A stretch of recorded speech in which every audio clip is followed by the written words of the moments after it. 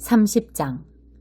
그 후에 히스기야는 이스라엘과 유다의 모든 사람을 초청하고 에브라임과 므낫세에 직접 편지를 보내어 예루살렘에 있는 하나님의 성전으로 와서 이스라엘 하나님의 유월절을 기념하여 지키도록 했다. 왕이 그의 관리 및 예루살렘 회중과 의논하여 둘째 달에 유월절을 지키기로 한 것이다. 그들이 이처럼 유월절을 제때에 지킬 수 없었던 것은 준비된 제사장들이 부족했고 백성이 예루살렘에 모일 시간도 없었기 때문이다.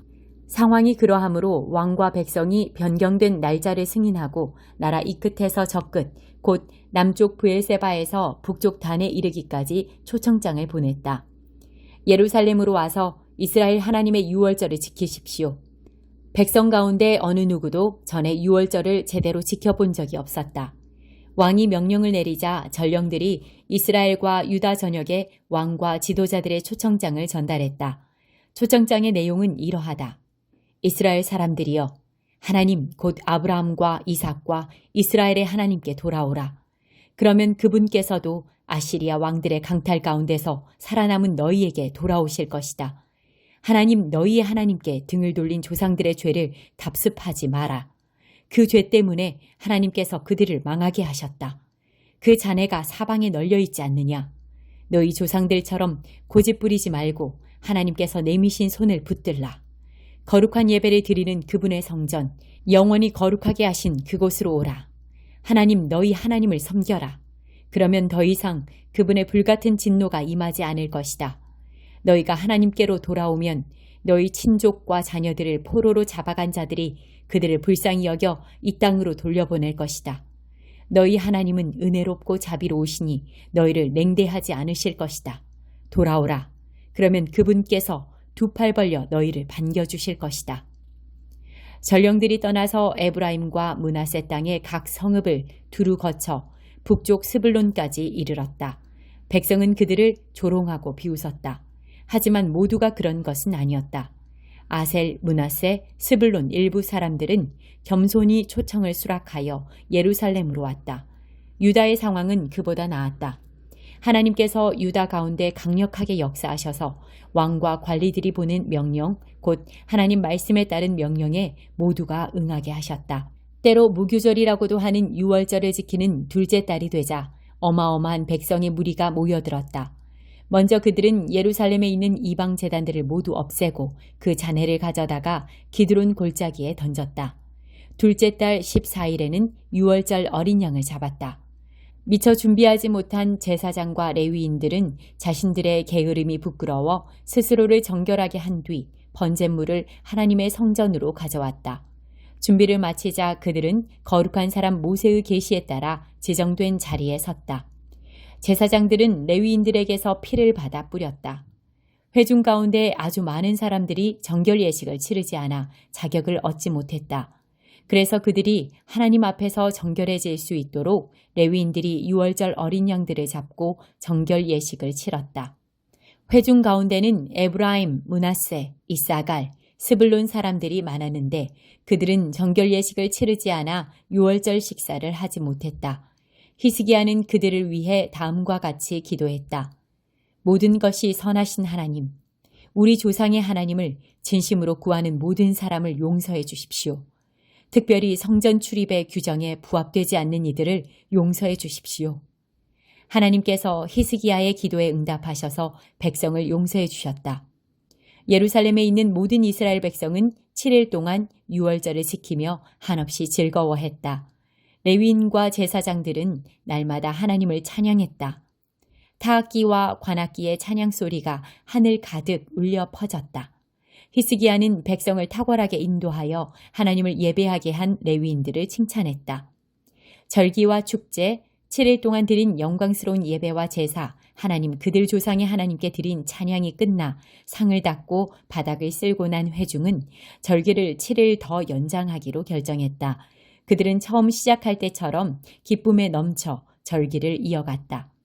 유다왕 히스기야는 회중의 예배를 위해 황소 1000마리, 양 7000마리를 주었고 관리들이 따로 황소 1000마리와 양 10,000마리를 더 주었다. 자격을 얻고 잘 준비된 정결해진 제사장들도 더 많아졌다. 유다 온 회중, 제사장과 레위인, 이스라엘에서 온 회중, 이스라엘과 유다에 사는 외국인들이 모두 즐겁게 절기에 참여했다. 예루살렘은 온통 기쁨으로 가득 찼다. 이스라엘 왕 다윗의 아들 솔로몬이 성전을 건축하여 봉헌한 이래 예루살렘에 이와 같은 일이 없었다. 제사장과 레위인들이 일어나 마지막으로 백성을 축복했다. 그들의 기도 소리가 하나님이 계신 거룩한 곳 하늘에까지 올라가 그분께서 들으셨다.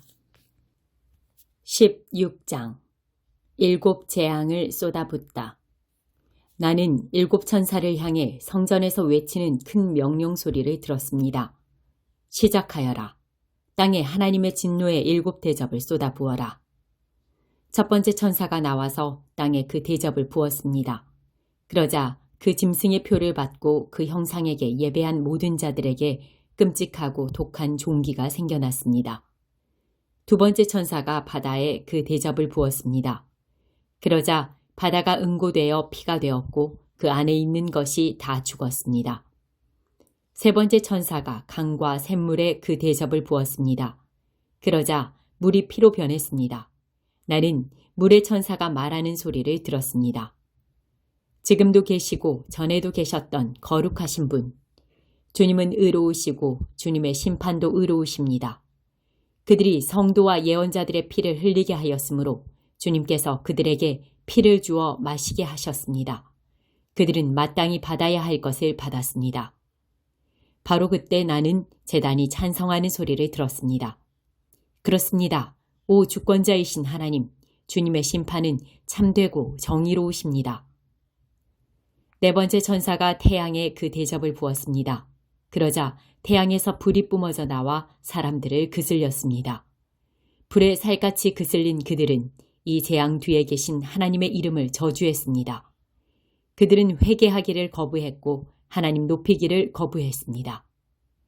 다섯 번째 천사가 그 짐승의 보좌에 그 대접을 부었습니다. 그러자 순식간에 짐승의 나라 전체가 암흑천지가 되었습니다. 고통 때문에 실성한 자들은 자기 혀를 깨물었고 자기들의 고통과 종기를 두고서 하늘의 하나님을 저주했으며 회개하고 자기 삶을 바꾸기를 거부했습니다. 여섯 번째 천사가 큰 강 유프라테스에 그 대접을 부었습니다. 그러자 강물이 바닥까지 말라버렸습니다. 그 마른 강바닥은 동방에서 오는 왕들을 위한 좋은 도로가 되었습니다. 나는 용과 짐승과 거짓 예언자의 입에서 더러운 악령 셋이 구물구물 기어나오는 것을 보았습니다. 그 생김새가 개구리 같았습니다. 그것들은 표징을 행하는 귀신의 영으로서 온 세계 왕들을 찾아가 주권자 하나님의 큰 날에 있을 전쟁을 위해 그들을 불러 모았습니다. 조심하여라. 나는 예고 없이 도둑처럼 온다. 깨어 옷을 갖춰 입고 나를 맞을 준비가 된 사람은 복되다. 그러나 그렇지 못한 사람은 벌거벗은 채로 거리를 이리저리 뛰어다니며 큰 수치를 당할 것이다. 그 개구리 귀신들은 히브리 말로 아마겟돈이라는 곳에 왕들을 다 불러 모았습니다. 일곱 번째 천사가 공중에 그 대접을 부었습니다. 그러자 성전 안의 보좌로부터 다 되었다는 외침이 들려왔고 번갯불과 함성과 천둥소리와 어마어마한 지진이 뒤따랐습니다. 그 지진은 시간이 시작된 이래 한 번도 없었던 실로 엄청난 지진이었습니다. 그 큰 도성은 세 조각이 났고 민족들의 도성들도 무너져 내렸습니다. 큰 바빌론은 하나님의 맹렬한 진노의 포도주를 마셔야만 했습니다. 그 잔을 주시기로 했던 것을 하나님이 기억하신 것입니다. 섬들이 다 도망가 버렸고 산들도 하나도 남지 않게 되었습니다. 1톤이나 되는 우박이 떨어져 사람들을 내리쳤고 사람들은 그 초대형 우박 재앙을 두고서 하나님을 저주했습니다. 12장 예루살렘의 구원. 전쟁에 대한 경고. 이스라엘을 향한 하나님의 메시지. 하나님의 포고다. 하늘을 공간에 펼쳐 놓으시고 땅을 굳건한 기초 위에 놓으시며 인간에게 자기 생명을 불어넣어 주신 바로 그 하나님께서 말씀하신다. 잘 보아라. 이제 나는 예루살렘을 한 잔의 독한 술이 되게 할 것이다. 유다와 예루살렘을 포위한 자들은 그 술에 취해 인사불성이 되어 비틀거릴 것이다. 그 큰 날에 나는 예루살렘이 모두의 길을 막아서는 거대한 돌이 되게 할 것이다. 그 돌을 들어 옮기려는 자들은 다 부서져 내릴 것이다. 모든 이방 민족이 힘을 모아 그 돌을 없애고 싶어 할 것이다. 하나님께서 말씀하신다. 그 큰 날에 내가 모든 군마와 기술을 공황 상태에 빠뜨려 미치게 할 것이다. 그러나 유다는 언제나 내가 보살필 것이다. 적의 말들을 눈멀게 하는 순간에도 그들을 지킬 것이다. 그러면 유다 가문들이 깨닫고 이렇게 말하리라. 우리 지도자들이 그들의 하나님 만군의 하나님의 능력을 덧입어 저토록 강해졌다. 그 큰 날에 내가 유다 가문을 바싹 마른 숲속에 불붙은 성냥과 같은 존재, 건초 가득한 헛간 속에 타오르는 횃불과 같은 존재가 되게 할 것이다. 그들은 보이는 모든 것을 불사를 것이다. 오른편에 있는 사람부터 왼편에 있는 사람까지 모두 불사를 것이다. 예루살렘은 이주해 오는 사람, 기양하는 사람들로 북적일 것이다. 나 하나님은 유다의 평범한 가정들을 회복시키는 일부터 시작할 것이다. 유다 평민들이 맞을 영광이 다윗 가문과 예루살렘 지도자들의 영광 못지 않을 것이다. 그 큰 날에 나는 예루살렘에 사는 모든 자들을 돌볼 것이다. 가장 낮고 약한 사람도 다윗처럼 영광스러워질 것이다. 다윗 가문은 백성을 인도하는 하나님의 천사 같은 존재가 될 것이다. 그 큰 날에 나는 그동안 예루살렘을 대적한 모든 이방 민족들을 없애버릴 것이다. 그런 다음 다윗 가문과 예루살렘 주민에게 은총과 기도의 영을 부어줄 것이다. 그러면 그들이 나 곧 그들에게 처참히 상처 입은 일을 알아보리라. 그들에게 찔린 창자국을 알아보리라. 그들은 슬피 울 것이다. 참으로 슬피 울 것이다. 마지를 잃은 부모가 슬피 우는 것처럼 울며 통곡할 것이다. 그날 예루살렘에서 일어날 큰 고통은 무기또발판 하다드림몬의 통곡만큼이나 비통할 것이다. 모두가 눈물 흘리며 슬피 울 것이다. 땅과 땅 위의 모든 자들이. 다윗 가문이 울고 그 가문의 여인들도 울고, 나단 가문이 울고 그 가문의 여인들도 울고, 레위 가문이 울고 그 가문의 여인들도 울고, 시므이 가문이 울고 그 가문의 여인들도 울고, 나머지 모든 가문이 울고 그 가문들의 여인들도 울리라. 15장 포도나무와 가지. 나는 참 포도나무요, 내 아버지는 농부이시다.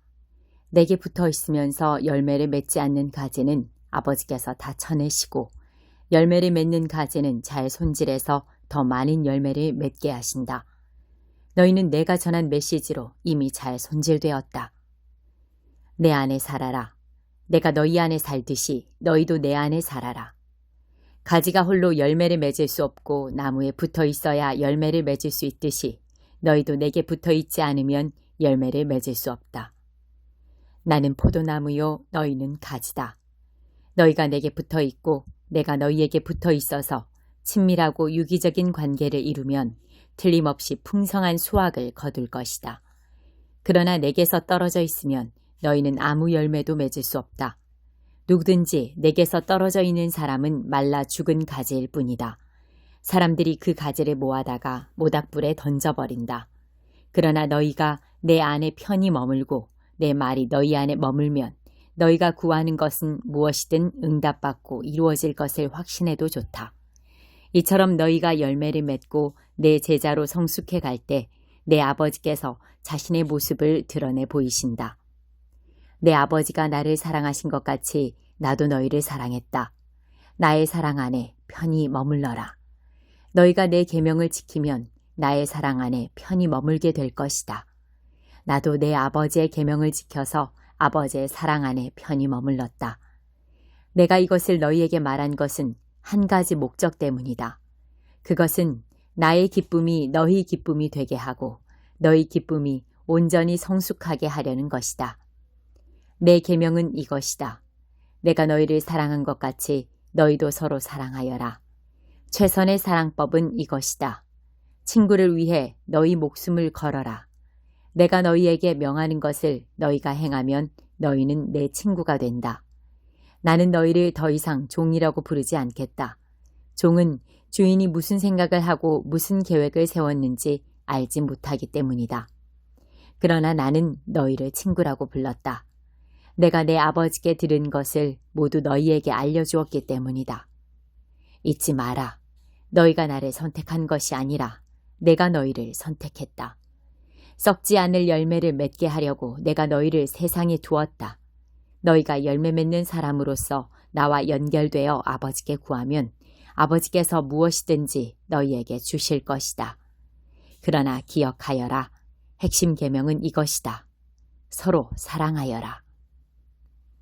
세상이 너희를 미워할 것이다. 하나님을 모르는 세상이 너희를 미워하거든 세상이 먼저 나를 미워했다는 것을 기억하여라.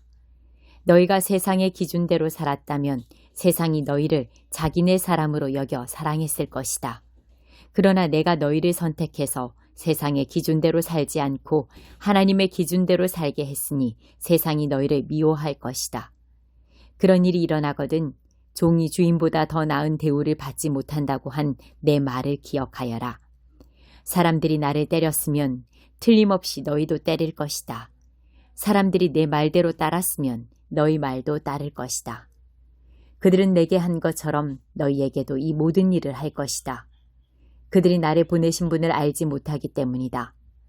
내가 와서 그들에게 이 모든 것을 명백하게 말해주지 않았다면 상황이 그렇게까지 나쁘지는 않았을 것이다.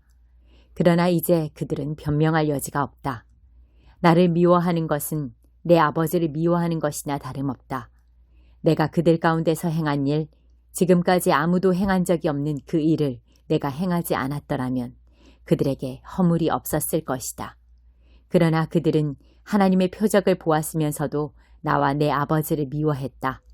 그들이 정당한 이유 없이 나를 미워했다고 기록된 성경 말씀이 진리인 것을 그들 스스로 입증한 셈이다. 내가 아버지께로부터 너희에게 보낼 친구이신 분, 곧 아버지께로부터 나오는 진리의 성령이 오시면 그분이 나에 대해 모든 것을 확증해 주실 것이다. 너희가 처음부터 이 일에 나와 함께 했으니 너희도 분명한 증언을 내놓아야 할 것이다.